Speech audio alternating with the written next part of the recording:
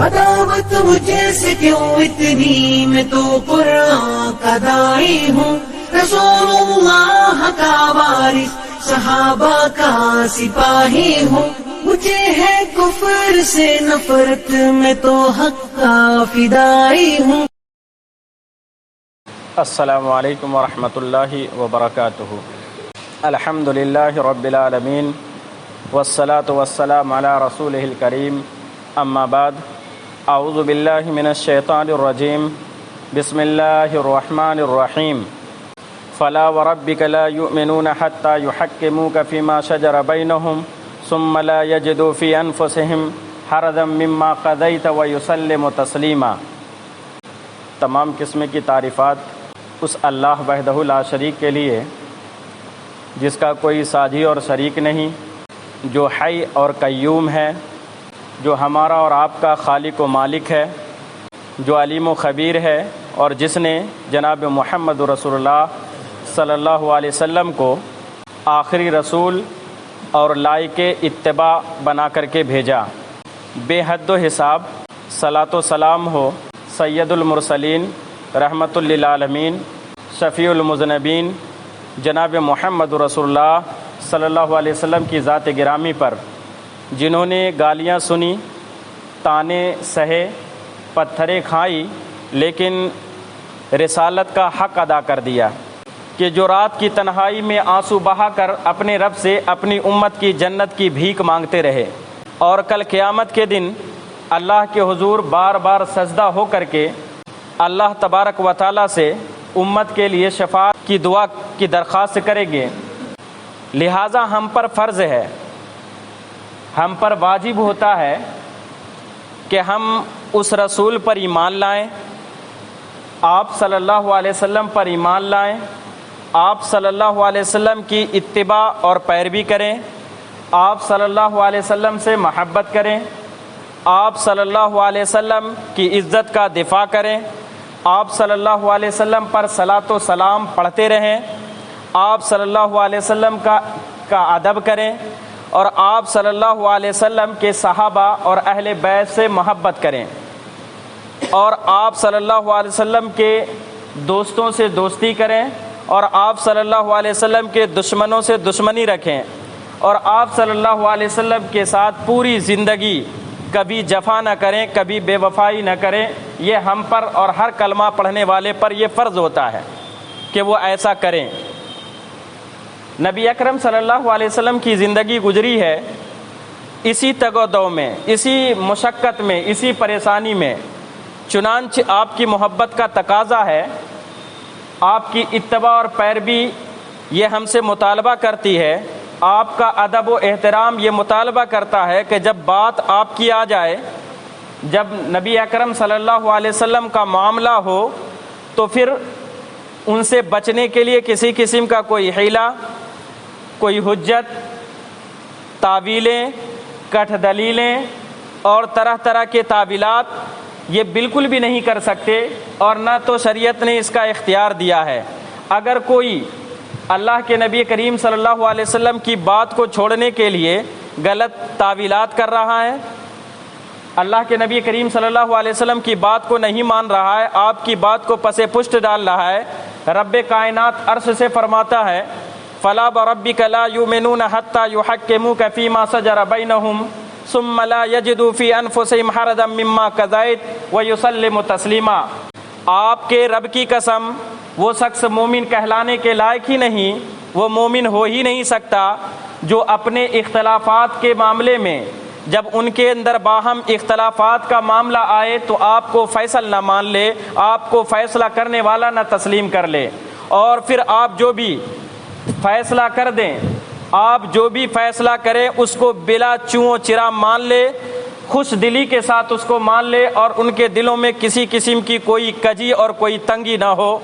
حضرت عمر فاروق رضی اللہ تعالیٰ عنہ فرماتے ہیں، اے اللہ کے نبی جناب محمد رسول اللہ صلی اللہ علیہ وسلم، آپ ہماری جان کو چھوڑ کر کے دنیا میں سب سے زیادہ محبوب ہیں، سب سے زیادہ محبوب ہیں۔ حبیب کائنات صلی اللہ علیہ وسلم نے فرمایا، اے عمر رضی اللہ تعالیٰ عنہ، آپ کا ایمان ابھی مکمل نہیں ہوا، حتیٰ کہ میں آپ کی جان سے بھی زیادہ عزیز ہو جاؤں۔ حضرت عمر فاروق رضی اللہ تعالیٰ عنہ نے فوراً فرمایا اے اللہ کے حبیب اب تو آپ ہماری جان سے بھی زیادہ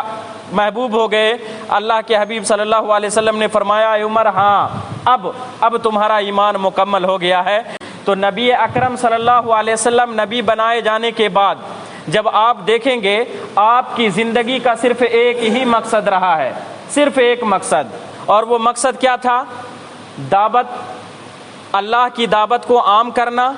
اور دین اسلام کو قابض کرنا، دین اسلام کو سب سے اوپر اور اول لے جانا۔ اس کے لیے نہ تو کسی ملامت کرنے والے کی ملامت کی آپ نے پرواہ کی، نہ کسی جھوٹا بولنے والے کی جھوٹ بولنے کو آپ نے پرواہ کیا، اور نہ تو کسی بیگانوں کی طرف سے آئے ہوئے الفاظ کو آپ نے خاطر میں لایا۔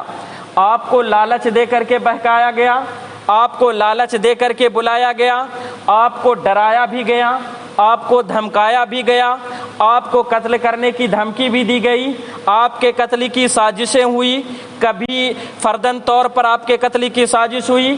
کبھی ایسا ہوا کہ پورے قبیلے مل کر کے، پورے علاقے کے قبیلے مل کر کے آپ کے خلاف قتل کی سازش ہوئی، اس کے باوجود آپ کے قدم کبھی ڈگمگائے نہیں۔ آپ کو جب حکم ہوا اپنوں کو تبلیغ کرنا ہے، آپ نے اپنوں کو تبلیغ کیا۔ جب آپ کو حکم ہوا چھپ کر کے تبلیغ کرنا ہے، آپ چھپ کر کے تبلیغ کرنے لگے۔ جب حکم ہوا کہ اپنے کنبے اور قبیلے کو تبلیغ کرنا ہے، آپ کنبے اور قبیلے کو دعوت دینے لگے۔ جب حکم ہوا کہ آپ کو علل اعلان دعوت دینا ہے، آپ علل اعلان دعوت دینے لگے۔ ایک ایک دروازے پر آپ نے جا کر کے دستک دی ہے، ایک ایک فرد سے، چاہے وہ مرد ہو چاہے عورت، چاہے وہ بوڑھا ہو چاہے جوان، چاہے وہ بچہ ہو چاہے وہ عورت ہو، چاہے وہ امیر ہو چاہے وہ غریب ہو، چاہے وہ علاقے کا حاکم ہو یا رعایا میں سے ہو، عامی آدمی ہو، کسی کو حبیب کائنات نے چھوڑا نہیں ہے۔ آپ کی پوری زندگی کا تگ و دو یہی رہا ہے۔